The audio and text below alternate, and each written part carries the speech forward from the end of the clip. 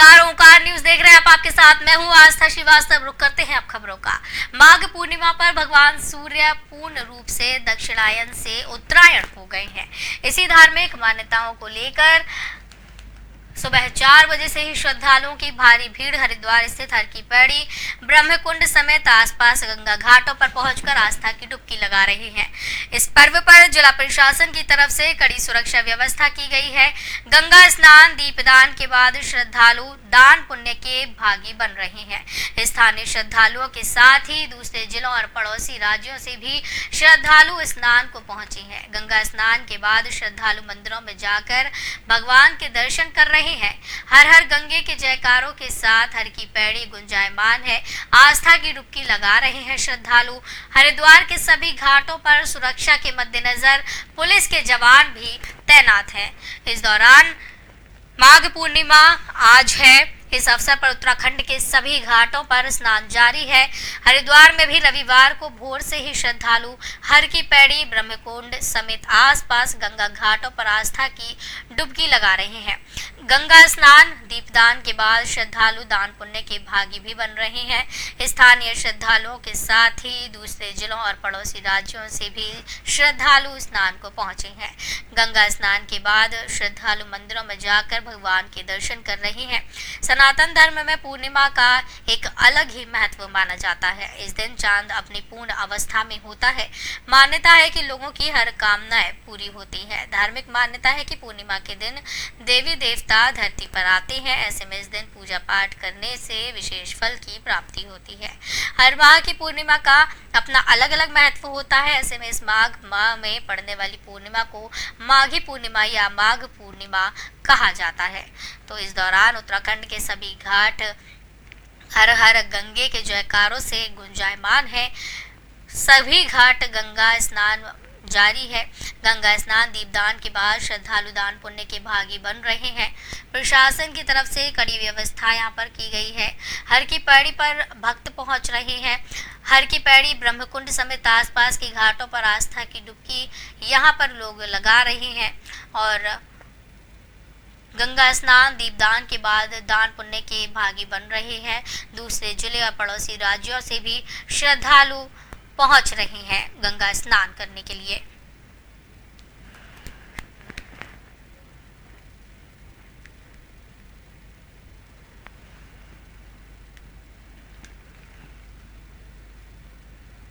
उत्तराखंड में एक बार फिर से गैरसैंण का मुद्दा गरमाने लगा है। पूर्व मुख्यमंत्री हरीश रावत ने मौन उपवास किया, जिसको लेकर बीजेपी प्रदेश अध्यक्ष महेंद्र भट्ट ने हमला बोल दिया है। उनका कहना है कि कांग्रेस पार्टी के पास में कोई भी मुद्दा बचा नहीं है। यही वजह है कि हरीश रावत बिना मुद्दे के ही धरना प्रदर्शन कर रहे हैं। उनका कहना है कि सरकार पहले ही कह चुकी है कि उत्तराखंड में इस बार बजट गैरसैंण में होगा, लेकिन ऐसे में हरीश रावत का मौन व्रत करना बेबुनियादी है।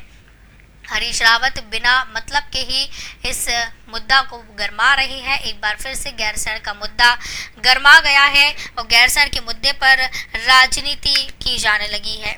गैरसैंण को लेकर कहा जा रहा है कि इस दौरान यहाँ पर एक बार फिर से गैरसैंण का मुद्दा गरमाया हुआ है। पूर्व मुख्यमंत्री हरीश रावत ने यहाँ पर मौन उपवास किया है।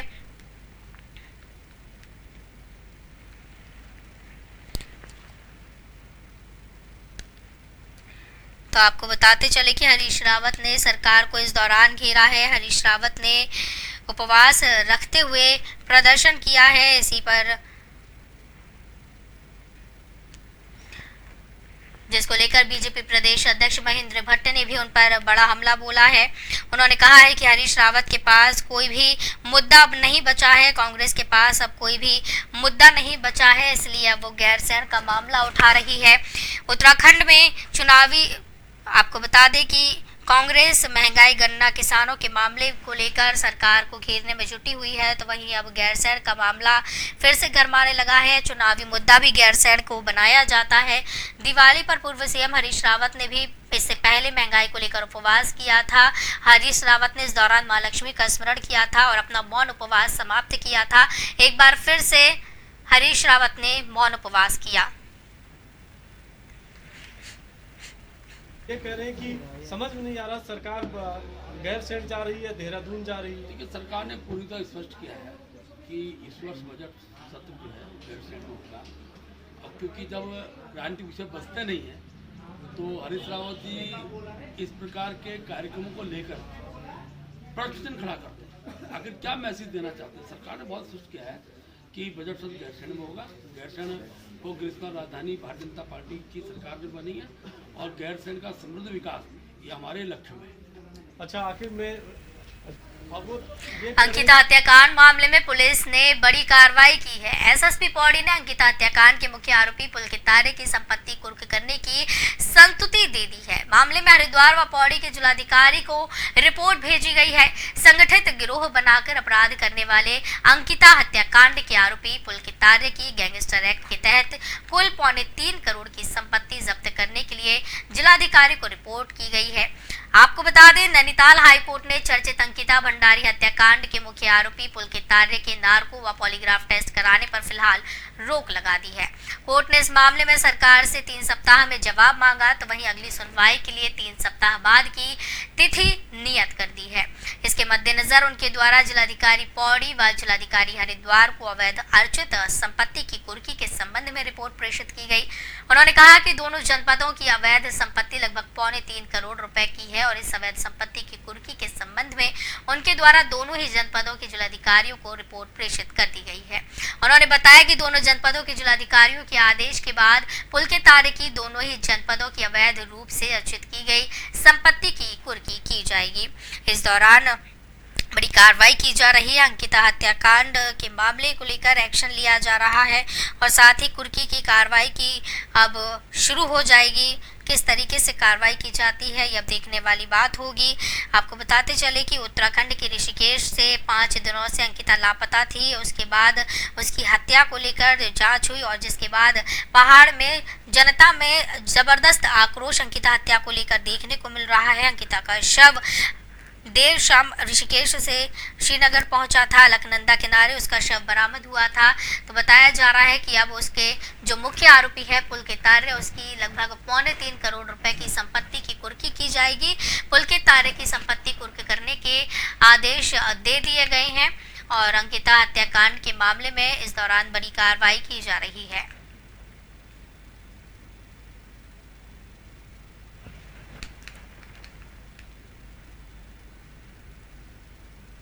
केंद्र सरकार द्वारा मनरेगा के कार्यों में पारदर्शिता लाने के लिए राष्ट्रीय मोबाइल मॉनिटरिंग प्रणाली लागू करने का विरोध अब अल्मोड़ा के विकासखंड के ग्राम प्रधान करने लगे हैं। अल्मोड़ा जनपद पंचायत प्रतिनिधि पुरानी व्यवस्था को लागू करने की अपील की जा रही है। अल्मोड़ा विकास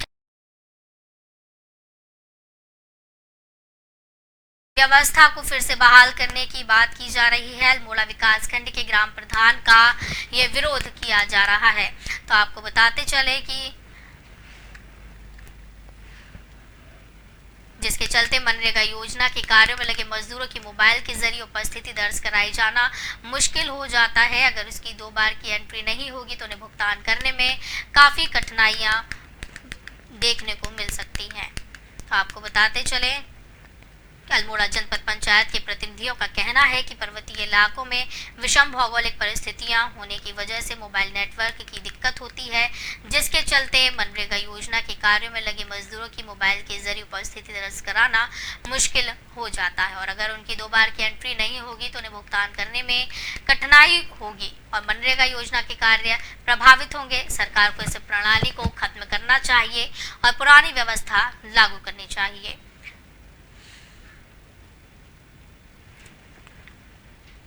कारखाने इन्होंने कि 2 टाइम होगा, क्योंकि ऐसा है कि लेबर गांव का जो होता है वहाँ एक तो न नेटवर्क चलता है, न किसी में हमारे मोबाइल में पैसा भी नहीं होता है, किसी में हमारे पास वहाँ टाइम भी अवेलेबल नहीं है। क्योंकि अब मानो हमारा कोई ब्लॉक का काम है, हम यहाँ आए, अगर किसी ने हाजिर नहीं ली तो उसकी पूरी दिन की दिहाड़ी जा सकती है, उसका यहाँ रिकॉर्ड नहीं हो सकता है। कल को सरकार यही कहेगी कि ऑनलाइन हमने हाजिर मांगी थी, भाई जितने यहाँ आपकी हाजिरी आई उसी अनुसार आपका पेमेंट भी होगा, इसलिए हम इसका बहिष्कार करते हैं और ये देने में हम असमर्थ हैं। राष्ट्रीय मोबाइल मॉनिटरिंग सिस्टम चला है, वो हमारे पहाड़ के भौगोलिक स्थिति के हिसाब से हमारे लिए यह योजना ठीक नहीं है, क्योंकि 2 टाइम इसमें जो ऑनलाइन हाजिरी लेनी है हमारी भौगोलिक परिस्थिति ऐसी है कि बहुत जगह हमारे नेटवर्क की सिस्टम की समस्या है। इस वजह से अगर माना हमारा लेबर आ जाता है और लेबर आ गया और एक टाइम का उसकी हाजिर हो गया और सेकंड टाइम में उसकी हाजिर नहीं हुई और वो तो अपना पूरा दिन लेगा, लेकिन हमें सरकार आधा ही पैसा देगी। और जब नहीं आएगा, अगर वो आदमी हम घर गाँव से 2-3 किलोमीटर दूर गया है काम में और उसका वहाँ हम सुबह भी नहीं आया तो उसका दिन तो बर्बाद हो गया, हमें उसको पैसा देना पड़ेगा, लेकिन सरकार हमें उसका पैसा नहीं देगी। क्या मांग है आपकी? हमारी मांग है कि इसको जिस तरह से पूर्व में मनरेगा का कार्य चल रहे थे उसी तरह इसको क्रियान्वित किया जाए।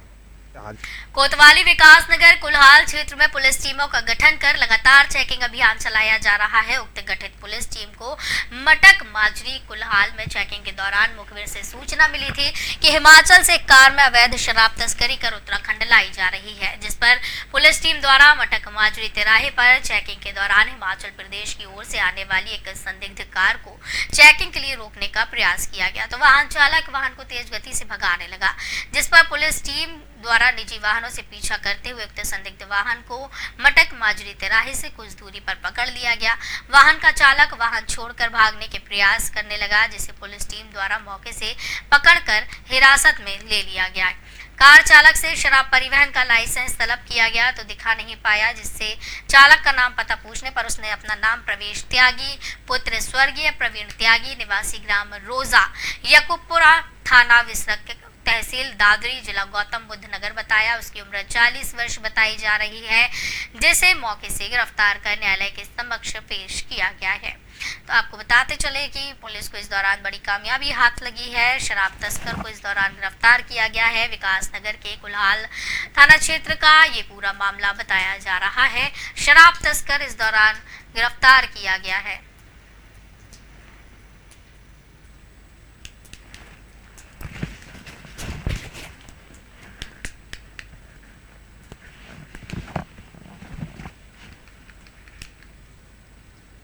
गढ़मीरपुर में मुस्लिम धर्मस्थल करबला दरगाह में चोरी से क्षेत्र में हड़कंप मचा हुआ है। गढ़मीरपुर में चोरियों का सिलसिला रुकने का नाम नहीं ले रहा है। यहां तक कि चोर आस्था केंद्रों को भी अब निशाना बना ले गए हैं। देर रात गढ़मीरपुर स्थित करबला दरगाह में चोरों ने वहां रखे दान पात्र को तोड़कर हाथ साफ कर दिया। धर्मस्थल करबला दरगाह की सुरक्षा में लगे सीसीटीवी कैमरों को भी चोरों के द्वारा घटना के दौरान तोड़ा गया। उसमें कितनी राशि थी इसका अभी तक पता नहीं चल पाया है। आपको बता दें, दान पात्र करबला दरगाह में अंदर रखा हुआ था, जिसे किसी चीज से तोड़कर उसके बाद दान पात्र को तोड़कर चोरों ने उसमें रखे रुपयों पर हाथ साफ किया। इस बात का पता सुबह चला तो वहां आसपास के ग्रामीण लोग इकट्ठा हो गए हैं। इस दौरान ग्रामीण लोगों ने पुलिस को सूचना दी। रात में दान पात्र तोड़कर चोरी की वारदात की गई। इस संबंध में कोतवाली रानीपुर की सुमन नगर को सूचना दी गई है। सुमन नगर चौकी पुलिस ने मौके पर जांच करने के बाद चोरों की तलाश और छानबीन शुरू कर दी है।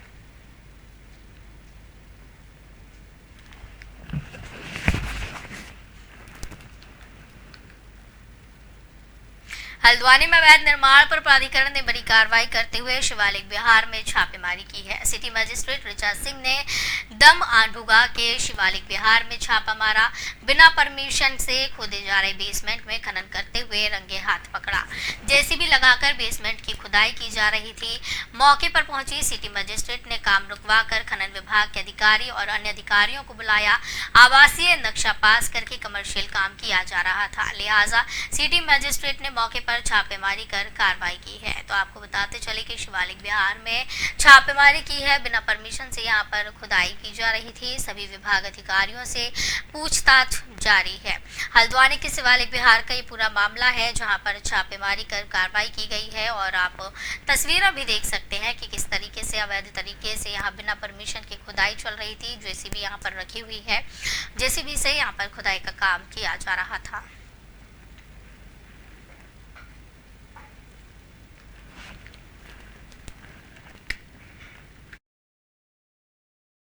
मैंने अपनी प्राधिकरण की टीम को निर्देशित कर रखा है कि वो अपने अपने एरिया में घूमते रहें और शुरुआती दौर पर जब शुरुआती दौर पर हो उसी समय कार्रवाई करें। तो आज ये शिकायत यहाँ से प्राप्त हुई थी कि बेसमेंट खुद रहा है, मौके पे जेसीबी लगी हुई है।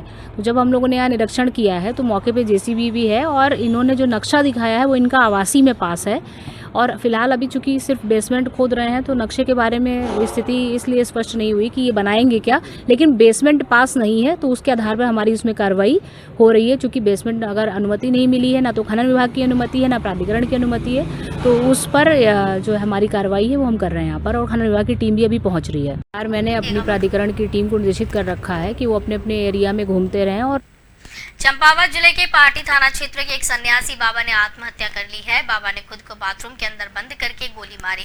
घटना की सूचना गांव के ग्राम प्रधान खीमानंद जोशी के द्वारा पाटी थाना पुलिस को दी गई है। सूचना मिलने पर एसओ देवनाथ गोस्वामी टीम के साथ घटना स्थल पर पहुंचे और घटना स्थल की जांच की। बाबा की जेब से सुसाइड नोट के साथ साथ पुलिस ने 315 बोर का तमंचा के चैम्बर में कारतूस का खोखा और 4 जिंदा कारतूस बरामद किए। एसओ गोस्वामी ने बताया कि पुलिस अब इस मामले की जांच कर रही है कि वो घटना को अंजाम दिया गया है, इसकी जांच जारी है।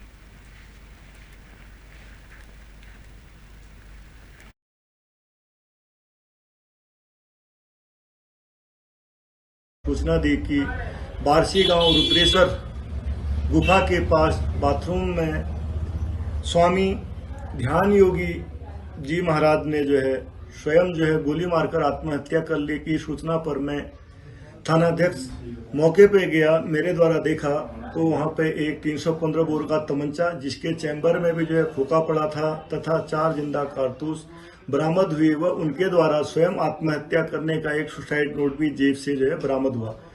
मृतक का पंचायतनामा कर पोस्टमार्टम के लिए लोहाघाट अस्पताल भेजा गया। जोशी जी द्वारा रामनगर के ग्राम पीरूमदारा क्षेत्र में लगातार डंपर वाहन ग्रामीणों की मौत का काल बना हुआ है, लेकिन पुलिस और प्रशासन इन पर कार्रवाई करने में पूरी तरीके से मूकदर्शक बना है और पूरी तरीके से फेल साबित हो रहा है। डंपर वाहनों की चपेट में आकर इस क्षेत्र में कई लोग जहां एक और अपनी जान गंवा चुके हैं, तो वहीं कई लोग गंभीर रूप से घायल हो चुके हैं। शुक्रवार की देर रात ग्राम भवानीपुर में रहने वाली मोहिनी देवी के मकान में वाहन घुसने के बाद हड़कंप मच गया। हालांकि इस दुर्घटना में किसी प्रकार की कोई जनहानि की खबर सामने नहीं आ रही है, लेकिन घटना के बाद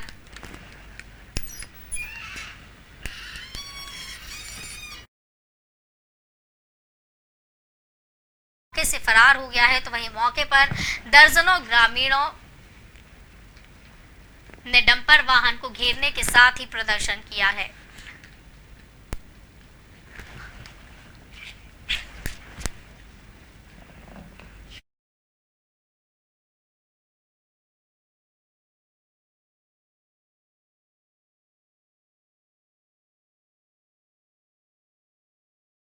हम सो ही रहे थे, नींद भी नहीं आई थी, बल्कि हम अंदर आए। हमको मेरे को तो ऐसा लगा कि भूकंप आ गया, शायद हमारा घर ही गिर गया। भूकंप आया, मैं गेट पे आई, तब तक देखा तो क्या कहते डंपर ऊपर ही चढ़ा हुआ था। मैं छत में गई, मैंने गेट नहीं खोला, मैं छत में गई, मैंने फ़ोन किया अड़ोसी पड़ोसी को, सबको फ़ोन किया, सबने फ़ोन किया, रिसीव किया।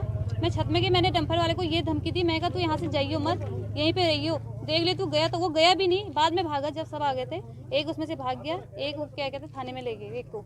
पुलिस क्या कार्रवाई कर रही है? पुलिस कुछ नहीं कर रही है। डंपर आए, जाने दो, इससे हमारे प्रेशर इतना डाल दिया कि जाने दो, इधर से बोल रहे इधर से जा रहे हैं, इधर के जाने दो, उधर से मत आने दो। कैसे नहीं जाने दे?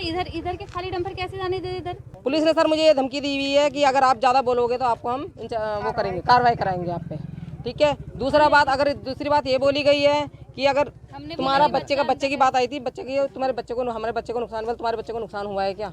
वो सीधा उन्होंने घटना घटी है, कोई मर गया क्या? मर गया, सीधा ये बोला गया है।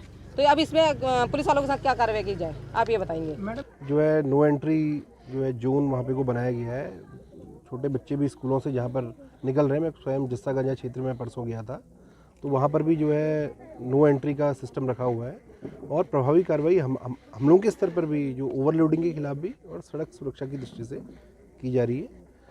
कल का ये बड़ा दुखद यहाँ पर रहा और एक 22 टायरा डंपर जो है उसने एक मकान को क्षति पहुँचाई है, उसके खिलाफ भी अभी ये तहरीर दर्ज कर दी गई है। दिनेशपुर पुलिस ने सार्वजनिक स्थान पर जुआ खेलते हुए 6 व्यक्तियों को गिरफ्तार कर जेल भेज दिया है। साथ ही जुआरियों से 5 मोटरसाइकिल, 52 पत्ते, ताश और 6,970 रुपए बरामद किए। वरिष्ठ पुलिस अधीक्षक द्वारा जनपद में चलाए जा रहे संदिग्धों की धरपकड़ अभियान के अंतर्गत दिनेशपुर पुलिस टीम मुस्तैद नजर आ रही है। एक के बाद एक मामले का खुलासा किया जा रहा है। पुलिस का कहना है कि किसी भी सूरत पर अनैतिक कार्य करने वाले व्यक्तियों को बख्शा नहीं जाएगा, चाहे वो कोई भी हो।